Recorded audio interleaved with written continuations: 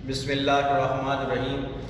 Dear students, आज हम एक लेक्चर डिस्कस कर रहे हैं। वो लेक्चर इलेक्ट्रिकल फर्स्ट ईयर से रिलेटेड है, जिसकी किताब का कोड है ET125। इसका आज हमने चैप्टर नंबर 6 स्टार्ट किया है। चैप्टर का नाम है इलेक्ट्रोस्टैटिक्स। ये चैप्टर आपने 10वीं की जो फिज़िक्स है उसके सेकंड पार्ट के अंदर पढ़ा होगा। अगर हम इसको उर्दू में ट्रांसलेट करें तो ये इलेक्ट्रोस्टैटिक्स का मतलब है साकिन बिजली। तो यहाँ पे सवाल ये होगा कि साकिन बिजली से क्या मुराद है। पिछले हमने 5 चैप्टर्स के अंदर एक ही बात डिस्कस की कि flow of electron is called electricity, electric current है। तो यहाँ पे बिजली को हम कैसे साकिन कर सकते हैं। जब हम इलेक्ट्रोस्टैटिक्स की बात करेंगे तो यहाँ पे बिल्कुल ये बात वजह है कि यहाँ पे इलेक्ट्रॉन का फ्लो जो है वो रुक जाएगा, लेकिन इसके मुतबादिल इसके रिप्लेसमेंट एक चीज़ आएगी जिसको हम चार्जेस का नाम देंगे, जिसको हम चार्ज का नाम देंगे। तो आपने घरेलू ज़िंदगी के अंदर जो इलेक्ट्रोस्टैटिक्स की जो चीज़ देखी है वो है कैपेसिटर। कैपेसिटर क्या है? ये आपकी हर रोटेशन पार्ट के अंदर लगा होता है।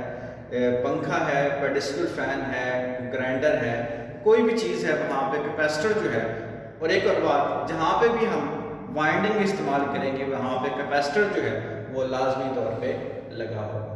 तो जब हम कैपेसिटर के दो सिरों को आपस में या सप्लाई के साथ जोड़ते हैं तो कैपेसिटर के अंदर एक मटेरियल होता है जिसको आप पेपर नमा देखते हैं। कभी आपका इत्तेफाक हुआ हो कैपेसिटर को तोड़ने का, तो तोड़ के अगर आप देखते हैं तो उसके अंदर एक पेपर होता है जो लिपटा होता है, बस यही होता है। तो वो क्या चीज़ होती है? वो ये करती है कि जब हम उसको वहाँ तक ला के तार को जोड़ते हैं उसके बाद इलेक्ट्रॉन का बहाव जो है वो वहाँ पे रोक लेता है, लेकिन उसके अंदर से जो चार्जेस हैं वो फ्लो होते रहते हैं और चार्ज स्टोर भी होता है और साथ में फ्लो होता है। याद रखिएगा, पहले चार्ज मुकम्मल स्टोर होगा फिर कैपेसिटर सप्लाई को आगे मुंतकिल करेगा। अब बात यह है कि डाइलेक्ट्रिक मटेरियल क्या है और रजिस्टर और डाइलेक्ट्रिक में क्या फ़र्क है। ये दोनों जो है ये ऐसे मटेरियल हैं जो रजिस्टिव हैं, लेकिन डाइलेक्ट्रिक जो है ये मसामदार है। जैसे कि ये हमारे जिस्म की जो दिल है ये मसामदार है, जिसके अंदर से कोई चीज़ गुजर सके ये क्या कहलाती है? मसामदार कहलाती है। जैसे कि हमारे जिस्म से पसीना जो है उसका बाहर की तरफ आना ये साबित करता है कि यहाँ पे जो है ये क्या है, ये मसामदार है। जबकि जो रजिस्टर है ये ठोस होता है, इसके अंदर से कोई भी चीज़ गुजर नहीं सकती। उसके बाद हम डेफिनेशन करेंगे कैपेसिटर की। कैपेसिटर भी कहते हैं इसको, कंडेंसर भी कहते हैं। कैपेसिटर क्या है? चार्ज को स्टोर करने वाला डिवाइस है। यहाँ पे इलेक्ट्रॉन जो है वो फ्लो नहीं करेंगे, चार्जेस स्टोर करेंगे।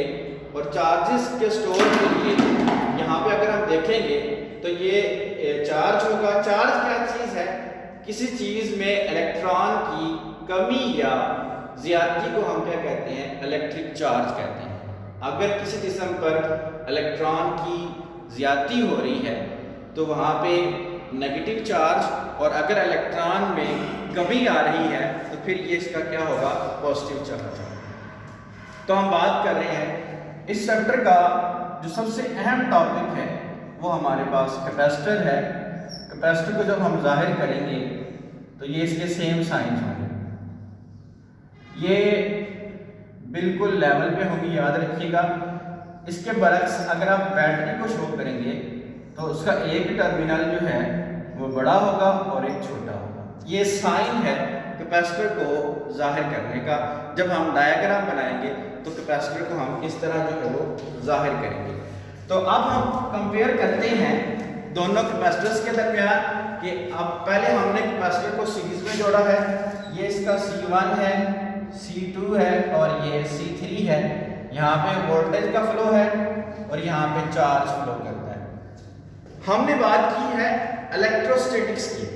इलेक्ट्रोस्टैटिक्स के अंदर क्या होता है? यहाँ पे बजाय इलेक्ट्रॉन के फ्लो के यहाँ पे क्या फ्लो हो रहा है? चार्ज फ्लो हो रहा है। तो पिछले जो है हमारे पास फार्मूला था V = IR, लेकिन यहाँ पे रेजिस्टेंस तो है नहीं। अब क्या होगा, यहाँ पे चार्ज होगा, Q इज इक्वल टू क्या होगा, C और V होगा। Charge is equal to capacitance multiply by क्या होगा, वोल्टेज होगा। अच्छा ये सर्किट है, इस सर्किट के अंदर क्या तकसीम होगा, वोल्टेज तकसीम होगी।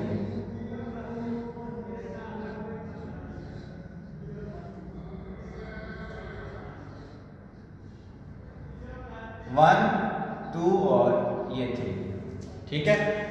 अच्छा हम इसमें लिख लेंगे कि टोटल वोल्टेज हम कैसे फाइंड करेंगे, Vt is equal to V1 plus V2 और प्लस V3। अच्छा इसके अंदर क्या चीज़ सेम होगी, चार्ज सेम होगा, सीरीज सर्किट है, वहाँ पे करंट सेम थी, यहाँ पे चार्ज सेम है, क्या होगा, Q1 is equal to Q2 और इक्वल टू Q3। ये सारे क्या होंगे, आपस में बराबर होंगे।